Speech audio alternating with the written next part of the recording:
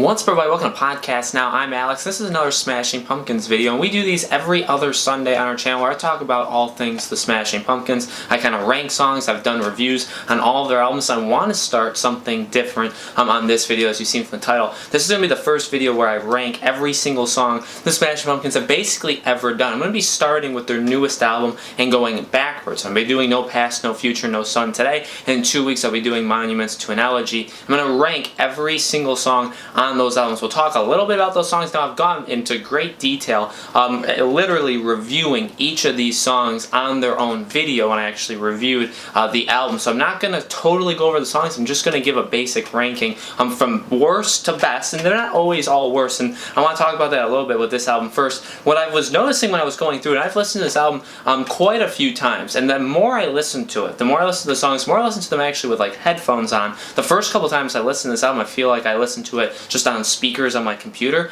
When I listen to it with headphones, these songs really pop out. And the more I listen to songs, the more I really honestly love all of them. I think this new album is very good, and I don't think it necessarily has a weak song. I think every song, I think a lot of the songs are all very close to each other if you were to rank them, which I'm going to be doing. But I think a lot of them, you could say like they're all tied for, or they're all very close to each other. I don't think there's that many runaway songs, although I do think there's a couple. So I did give them actual rankings. I didn't tie any of them for any rank. So we're going to be going through it. And starting at number 8 is Alienation. Now, I was having a lot of trouble picking the worst quote-unquote song on this album because I don't think there is a worst song on the album. I don't necessarily think Alienation is worse than any of the other ones, but if I had to rank them, I had to put a song dead last. Alienation just does the least for me. It's the most, I personally think it's a little simplistic of a song. It does have a really nice guitar part in the second half. I really like Billy Corgan's vocals in it,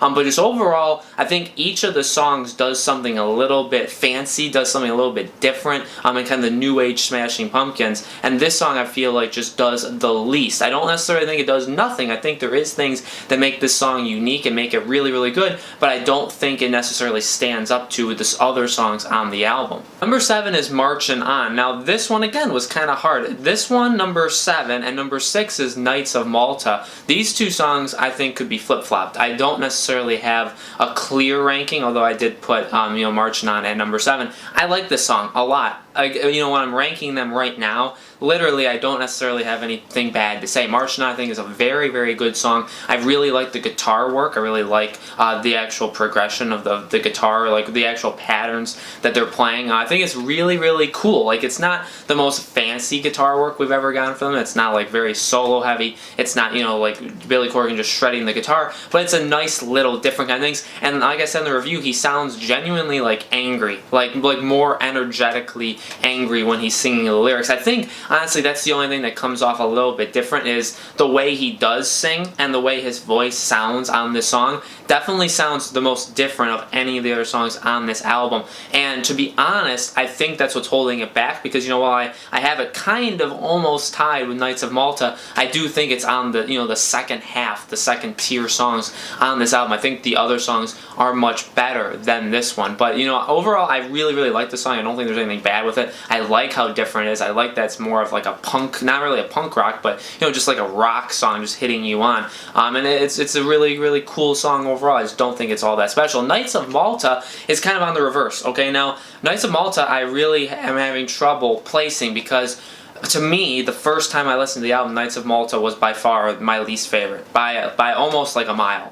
It was very much tier 3, let's say, like the worst song on the album, and I would even maybe consider it the worst song. The more I listen to it, the more I actually really like it. They've played this song live, and I think they do a really good job playing it live. But listening to this song, I have the vinyl, so I've been listening to the record of it, and I've listened to it with headphones on like 3 times as well, and I really actually think it's very powerful. I think the guitar, when it comes in and it kind of just does like the single chord, it's very heavy, and it really sounds cool. I never really liked the beginning of the song or when he does that throughout the song, those lyrics, but I actually feel like the more I listen to it, the more I'm okay with it. And I like his voice on it. I like how this song is just very, very different. It's a very different kind of sound. He's got background singers to it. Like I said, I like the guitar parts. It's a really interesting and unique song. I feel like the more you listen to it, the better it gets. I feel like this is a song that takes a little bit more of listening to it in order to truly kind of appreciate what they're trying to do with it, because it's the first song.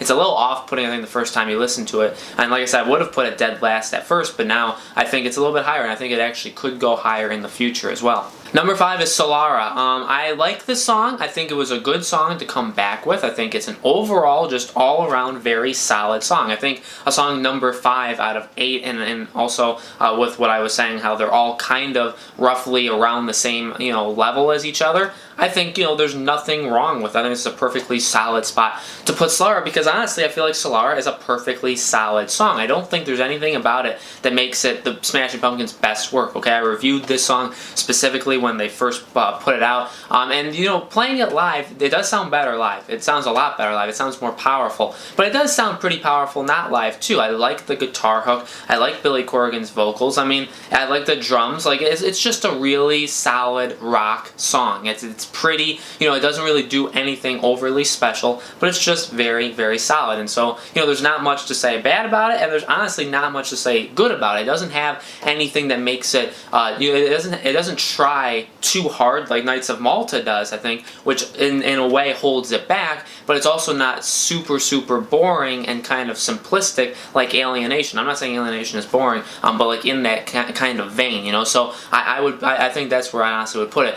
And number 4 I'd put with Sympathy. Now, this song is a riser, okay? This song was also a song that I did not like. Originally, I thought it was one of the weaker songs. Now I put it at number 4, and I honestly was considering putting it at number 3 as well. I think it could have made a run at number 3. I like this song. I like his voice a lot. I like the drums. I like everything about the song. I like that it's a little bit more peaceful in a way, but overall, this song is just really, really good. It catches me. I think it's a really good placement for it. It's a different kind of Smashing Pumpkins song, and yet it kind of feels familiar. So I think it does just all the right things, to be honest, and I really, really enjoy the song. Every single time I listen to the song, I like it more, where it just continues to get higher in my ranking. Number 3 is Seek and You Shall Destroy. So this song, I think, is what Marchin' On was trying to be. I think they made 2 very heavy songs, and then not counting Solara. I think Solara is a general rock song, a song that's easy to just pick up and listen to. Anybody, not necessarily even the Smashing Pumpkins, could make it. I think Marchin' On and Seek and You Shall Destroy is a more Smashing Pumpkins, heavier guitar, kind of a tone to an anti-hero in Monuments to Analogy, or even maybe some of the songs on Zeitgeist, but not necessarily. I really do think these songs have the more heavy guitar work of a Monuments to Analogy song. That's just personally what I think. But I think Seek and You Shall Destroy does it better. I like the guitar in between him singing. So he kind of sings, a line of lyrics, and then the guitar hits, you know what I mean? So I really like that punch. I think it's a really good back and forth. And then, when it actually comes all together, when he says Seek and You Shall Destroy, I really, really like that. I like how he has a lot of power to his voice, and the music just kind of mixes up. There's some pauses in it where they kind of lets the guitar ring out. The drumming is very, very good into it. I really, really like his voice in this. Again, I think these 2 songs, Marchin' On and Seek and You Shall Destroy, are very similar. It's just I like the guitar hooks in this better. I think his voice is better. I like the more aggressive feel that Marchin' On has with his voice, but I think his voice overall is better in this. I think just everything that they do in this song is better than Marchin' On, and I think every aspect of an actual song, his voice, the guitar, the drums, the lyrics even, just the experience overall, I think is better on this one. Number 2 is Travels. So, when I first listened to the album, when it first came out, Travels was a song that immediately stuck out. I thought that this song is truly, truly terrific. I think this is one of their better songs that they've made in the past, 19 years. Okay, I had to think about what year it was. I think this is one of the best songs since Machina 2. I fully think that. And I also think the first song is as well. I really, really like Travels. I don't like it live. I don't like that Billy Corgan doesn't play the guitar on it. I don't like. I just feel like it doesn't have as much power and feel to it as it does on the record. In which case, this is actually kind of reverse of what I think of the other songs. I think Knights of Malta, Solara, I think those two songs work a lot better live than they do on the album. Travels, I actually prefer to listen to it on the album because I think it's fantastic. I love the guitar work. I love his voice. I think his voice is super good in this song. I think the hook of this song is great. This song is very, very special to me. I really, really love it. And you know, it definitely could have been number one, but number one is Silvery Sometimes, in parentheses, Ghost. I think this is the best song on the album. You know, when this song came out, when they released it, was the second song that they had released going into this new album. I knew it was special the first time I listened to it. I was literally sitting up in bed. I'm looking over there because that's the bed. I was sitting up in bed and I listened to the song and I was like, this song is good. It's catchy. It's got a nice hook. I like the guitar. It's not overly complicated, the guitar, but it sounds Smashing Pumpkins-y.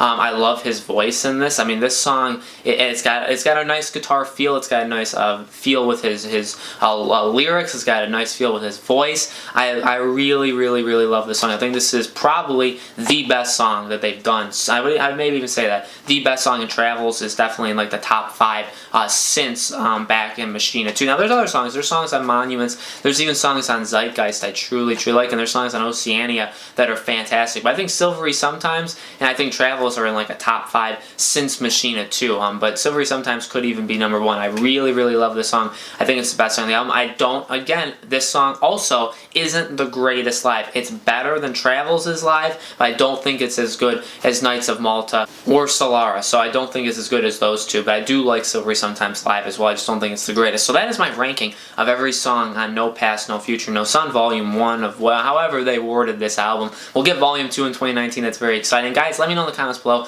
your rankings of the songs, and if you want me to do anything different with these Smashing Pumpkins videos. Next time, in 2 weeks on Sunday, we're going to be going through every single song on Monuments to an Elegy and ranking those as well. So thank you guys as always for watching, and I'll see you there.